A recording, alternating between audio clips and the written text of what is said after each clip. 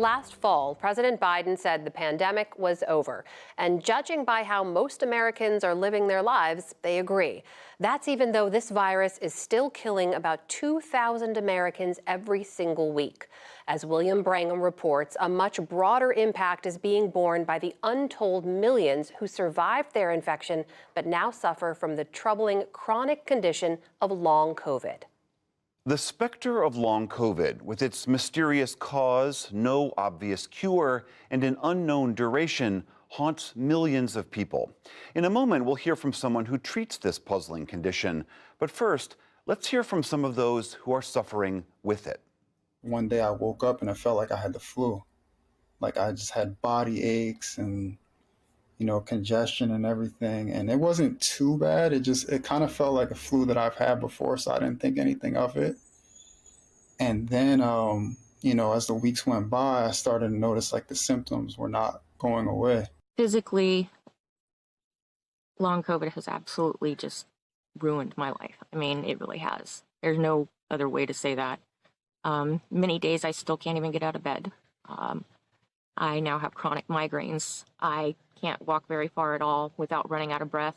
I'm constantly getting dizzy. I'm constantly having to go to the ER because I've fallen somewhere. My joints hurt all the time, all the time. That's something that people don't realize is just how much pain is involved in long COVID. After having COVID the first time and recovering fine, I assumed that having it again wouldn't be a problem because I had been okay during my first infection and I couldn't have been more wrong.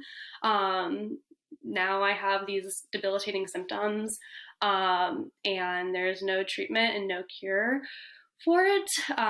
And doctors don't know what to do with you. I worked through it the first year and a half. It was just brutal. The only thing I could do was work. And then the rest of the day, I was just, pretty much out cold. And then I got reinfected in September of 2021 with Delta. And for most of last year, I just couldn't get off the couch. I even started to have heart attack symptoms, but unfortunately nothing happened to me. But I did end up going to the ER, because I was really scared. I didn't know what was going on. I never experienced any of these symptoms before ever in my life. And basically my experience was that every time I would go to doctors or to the hospital, they would just tell me, oh, no, you're fine. I've tried dozens of medications. I've tried dozens of therapies. And, I went through, dozens of doctors. I finally have a great team of doctors who believe me and are doing everything they can to treat me, but I'm still, completely housebound. All my testing I've had shows that there's no damage or anything like that, even though I have shortness of breath and chest pain pretty much every day. And so that's probably like one of the most frustrating parts is that doctors just don't know what to do with you. Financially, this has been devastating. My husband is now my full-time caretaker. He can't really leave me alone for very long amounts of time because I tend to fall.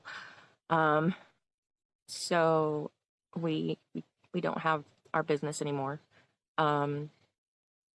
If it was not for the help of friends and family and the community, we wouldn't be able to survive at all. I am able to walk now, but I'm not able to do any exercise. And even just the thought of getting a job, I wish I could get a job. I wish I could work, I wish I could live a life like, most other able-bodied people. I've ran out of short-term disability. I cannot work. I'm running out of money. And the social worker I just talked to said, don't even bother applying for long-term disability because you're going to get denied. And so what are people in my position supposed to do? My friends and family have been very supportive, and that's been very helpful. But to just kind of watch your life go down the drain is very depressing. People do not understand if you get long COVID, especially if it like debilitates you to the degree that it's done to me. You're done for. Like there's no help coming your way. So that is just a small snapshot of the kinds of varied symptoms that people are dealing with right now. For more on this, we are joined by David Putrino. He's a neuroscientist and physical therapist, and he's Director of Rehabilitation Innovation at the Mount Sinai Health System, and he joins us from his home in New York. David, thank you so much for being here. You heard those voices of people and what they are struggling with. Do those stories sound familiar to the kinds of people that you deal with every day? Yeah, sadly, this is a very common story. This is what we're hearing in our clinic every day. Unfortunately, my team, since the pandemic began, we've seen over 3,000 people with long COVID. And what I just heard is a very, very good representation of what we're dealing with every single day.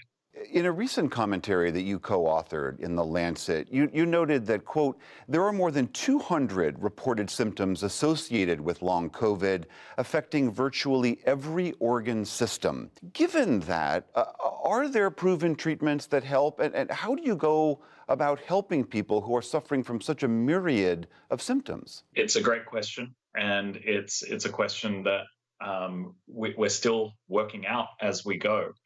The reality is long COVID is a subset of conditions. It's a number of different conditions that have been caused by an acute viral infection.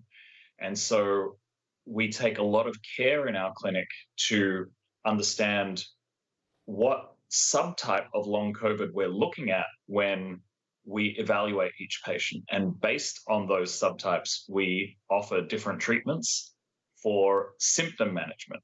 Because right now, although we're learning a little bit about how the body is responding to the viral infection, and hopefully that will lead us to some targeted therapies that we can apply, all we can do right now is symptom management. And we can do a good job of that. We can make people feel a lot better with the symptoms that they have, but we're not curing them. We're getting them to a point where they may be a little more functional. They may be able to leave the house, but the underlying cause is still there with them. That is just such a distressing diagnosis to give to people. I know that the National Institutes of Health has a $1 billion project looking at research into this. What does the best research tell us as to why this is happening to people? Right now, there's a lot of uncertainty about the underlying causes of long COVID. But what we know for sure is that long COVID is an organic disease. So we understand that the virus has really changed things within the body. Now, there are 3 or 4 different ways that the virus can change the body's physiology and start to lead into the symptoms that we're experiencing with long COVID. But what we understand very clearly is that this is not a psychological illness. This is not a psychosomatic illness. This is an illness that has been caused by the body responding to a previously unknown virus. The immune system has become very dysregulated as a result of the virus, and it's leading to these highly debilitating symptoms. I'm really optimistic that we have the potential to close in on some biomarkers and some therapies for people with long COVID, but we need much more attention to the problem. We need the public to understand that dying is not your only risk of serious life-changing effects from having an acute COVID infection. And we need the government to start supporting a lot more in the way of infection prevention so that my clinic, which is currently overwhelmed, doesn't become even more overwhelmed in the coming months and years. I have to imagine that in addition to all of the physical symptoms that people are going through, that there's got to be a great deal of just emotional distress and depression at all of the mysteries associated, as you're describing, plus this idea that much of the country seems to have moved on while they are still very much in the middle of all this. Many people with long COVID are experiencing such a traumatic transition from previously being fully healthy, never having a serious medical condition in their entire lives, and transitioning suddenly to being completely debilitated, dependent on friends and family, as we heard in that last clip, for just basic survival. that is a very tough transition to have to make. And so in our clinic, we try to do our best to make sure that in addition to care, in addition to research that's trying to to treat the underlying causes of the illness, we're also doing our best to provide psychological support and social support with the understanding that this is not the underlying cause of what's going on, but the transition from non-disabled to disabled is sometimes very challenging. All right, David Putrino at Mount Sinai Health, thank you so much for being here. Thank you for having me.